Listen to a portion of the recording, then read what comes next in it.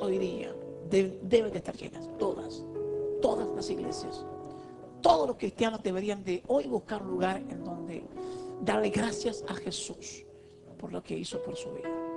Yo soy de los que cree que este día es uno de los más importantes, porque más allá de que el domingo celebremos la victoria, hoy es el día más importante para que nosotros nos concienticemos en la importancia que tuvo ese momento en donde Jesús no se quejó, no habló, no dijo absolutamente nada, porque sabía él que era para una gran victoria sobre toda la humanidad.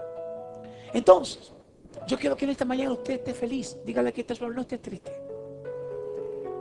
Miren, hay personas que no entendiendo, por eso hablamos sobre los beneficios de la cruz. Le hemos puesto este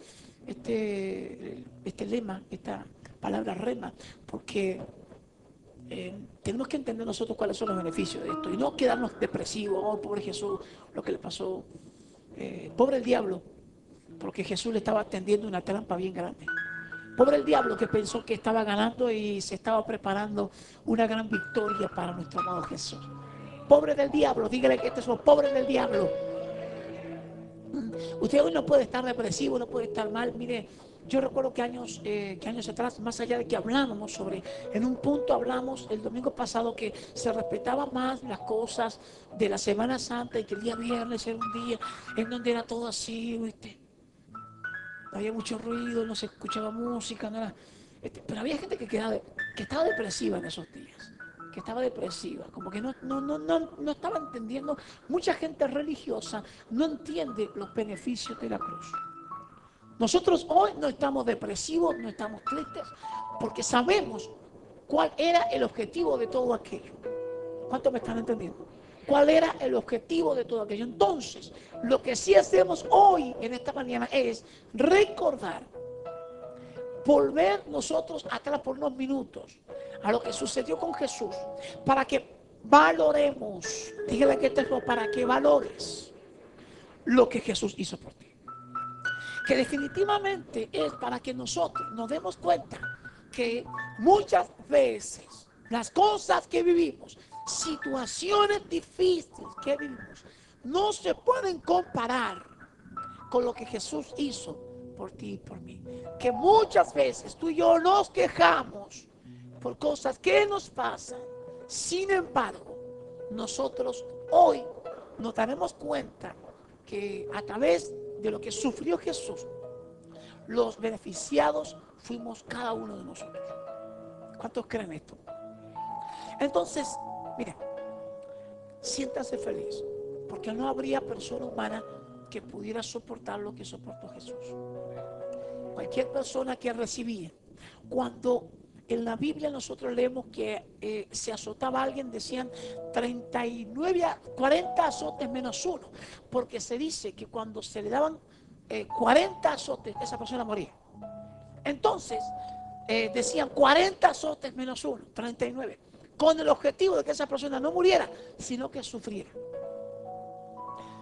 Y dice que ese látigo que se usaba, vimos allí, no sé si usted vio la película de Mel Gibson, usted vio esa película, La Pasión de Cristo.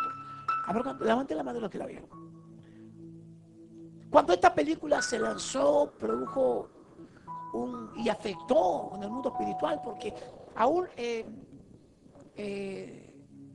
el Vaticano se estuvo hablando sobre que era demasiado lo que mostraban. Y cuando usted mira cualquier otra película de guerra, ve que se cae un brazo de uno, le arranca la cabeza al otro, se le cae el ojo al otro, el brazo queda haciendo así. Corren como gallinas sin cabeza los tipos. Y no hay problema con esto. Pero cuando se lanzó esta película, que Mel Gibson buscó, recopiló, se interesó, se preocupó de investigar cómo era la tortura en aquellos tiempos, y lanzó esta película, hubo una revolución. ¿Cómo puede ser que hablen así? Porque el diablo no quiere, dígale que el diablo no quiere que se sepa lo que sufrió Jesús.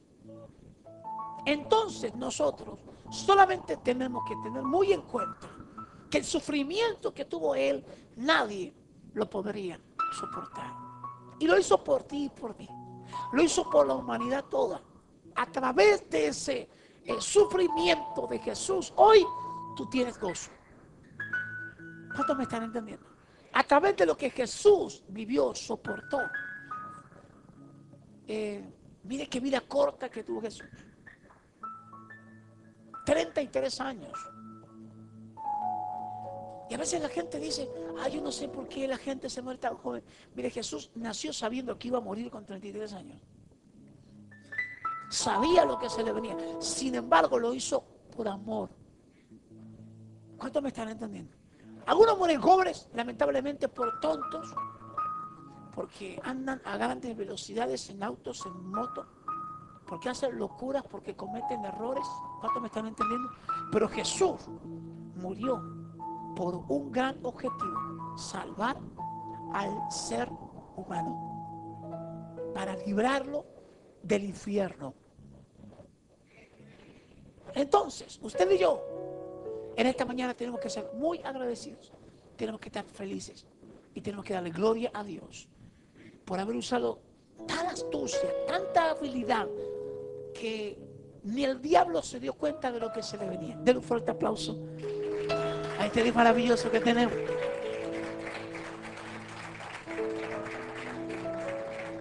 Yo quiero que usted abra su Biblia en el libro de San Mateo.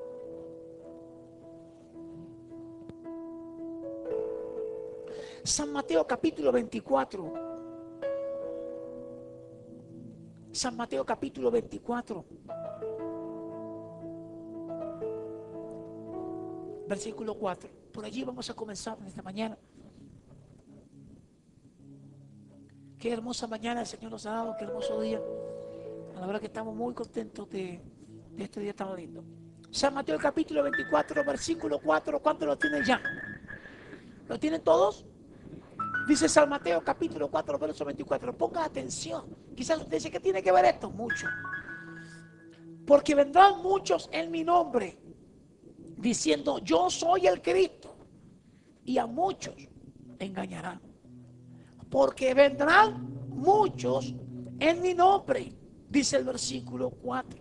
Respondiendo Jesús les dijo, mirad que nadie os engañe, porque vendrán muchos en mi nombre, diciendo, yo soy el Cristo, y a muchos engañarán. Yo quiero que usted ponga mucha atención. Es el primer texto que vamos a estar tocando en esta mañana, que va conforme a lo que hemos comenzado a ministrar. En diferentes décadas se han levantado personas haciéndose pasar por Cristo. En diferentes décadas se han levantado personas haciéndose pasar por Jesús. Podríamos nombrar un sinfín de personas que se han levantado creyendo y queriendo ser Jesús, y han engañado a muchos.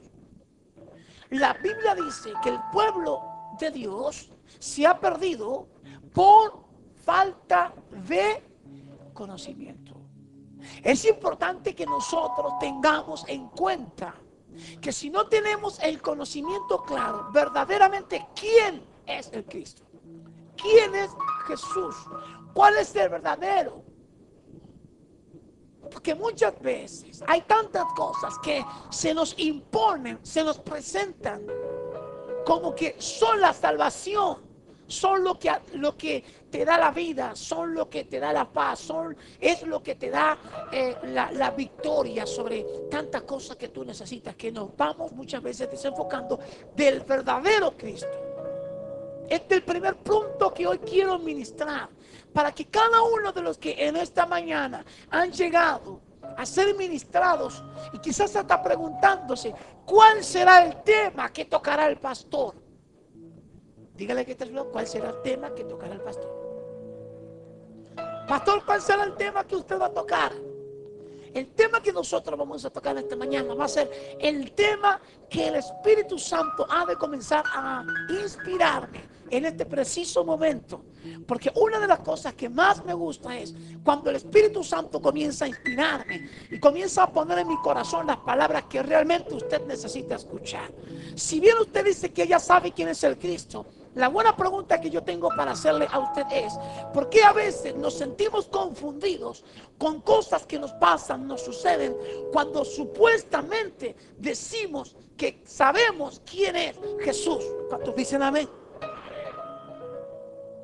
Yo le he pedido al Espíritu de Dios que me inspire esta mañana, porque podría dar cualquier tipo de mensaje sobre cosas que usted ya sabe.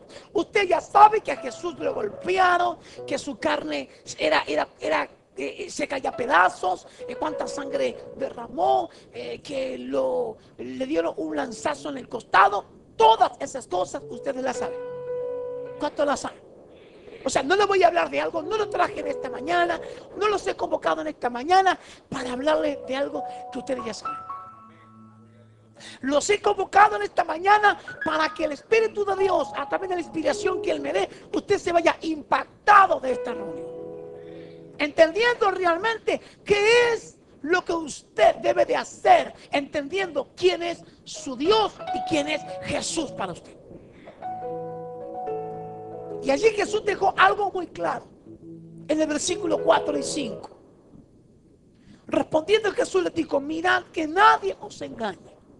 Yo estoy seguro, porque nosotros somos seres vivientes, propensos a equivocarnos, a fallar, a errar, a pensar equivocadamente. Y cada uno de nosotros, en algún momento de nuestra vida, sabiendo, conociendo, viendo hasta películas de lo que Jesús hizo y lo que soportó, hemos llegado a dudar de que el cielo es real y que el infierno es real. Muchas veces por las cosas que nos pasan, por las cosas que suceden, o por las cosas que nosotros quisiéramos que sucedieran y no suceden, por las cosas que supuestamente le pedimos a Dios que se manifiesten y no se manifiestan. Nosotros hay momentos como que entramos en un conflicto interno que decimos: ¿será que existe Dios? ¿Será que estoy haciendo lo correcto con ir a la iglesia? ¿Será que estoy en el camino correcto? ¿Será que esto es así? ¿No será que esto de la Biblia es un libro que alguien por allí lo escribió y bueno, se fue esparciendo y llegó a mis manos? Y yo, siendo pastor, ministrando ya 11 años, he llegado a momentos en mi vida donde yo he pensado si estoy haciendo lo correcto, si Jesús existe, si Dios existe, si el cielo existe. Porque somos seres humanos en donde hay muchas cosas que todavía desconocemos. Y lo importante es que en esta mañana nosotros seamos sinceros para darnos cuenta que muchas veces nos hemos sentido atacados por pensamientos carnales, humanos o diabólicos, que nos hacen llegar a dudar de la existencia de un Cristo que llegó a esta tierra, que estuvo durante sus 33 años conviviendo con toda una humanidad en un tiempo hostil del mundo, tratando de salvarlo de las garras del infierno.